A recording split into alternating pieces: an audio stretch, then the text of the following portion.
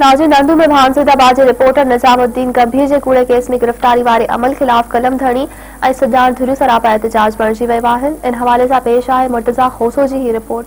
नाज़रीन, seven police के तरफा जो सुभान सईदाबाद के मेहरान टीवी के रिपोर्टर निजामुद्दीन गंभीर से कूड़ो केस दाख़िल करे खेस बिला जवाज़ गिरफ्तार करे बासरन के चवण ते उनके जेल उमाणियो वियो है। जंहिंजे खिलाफ निंदोद शहर में सिविल सोसाइटी ऐं सहाफ़ी बिरादरी ऐं मुख़्तलिफ़ सियासी समाजी तंज़ीमनि तरफा एहतजाज किया वियो है। अचो साण ॻाल्हि ॿोल करियूं था त हिननि जो इन मसइले ते छा चवणु आहे।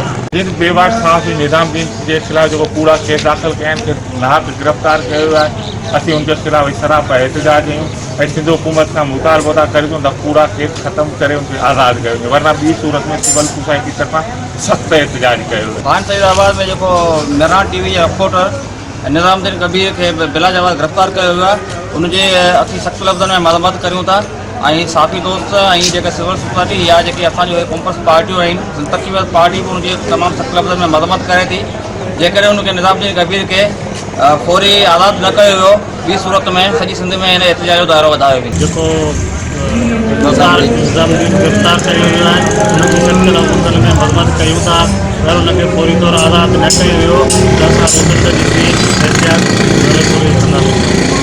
मेहरान टीवी के भान साहब रिपोर्टर गंभीर साहब से बिला जवाब गिरफ्तार असां मज़म्मत कयूं था।